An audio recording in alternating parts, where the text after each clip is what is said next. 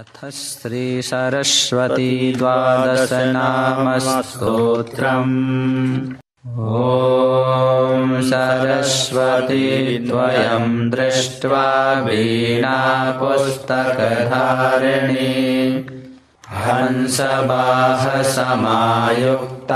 विद्यादानकरी मम।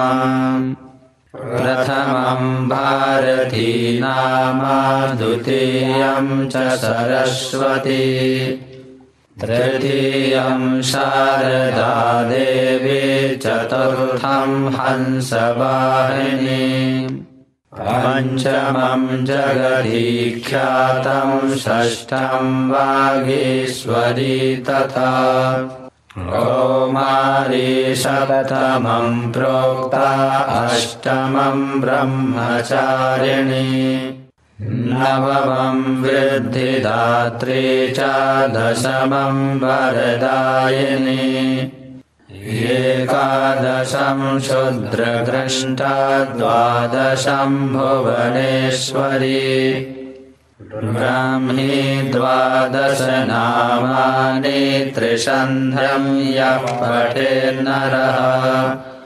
सर्वसिद्धिकरी तस्या प्रसन्ना परमेश्वरी सा मे वसतु जिह्वाये ब्रह्मरूपा सरस्वती। ॐ सरस्वती देव्यार्पणमस्तु।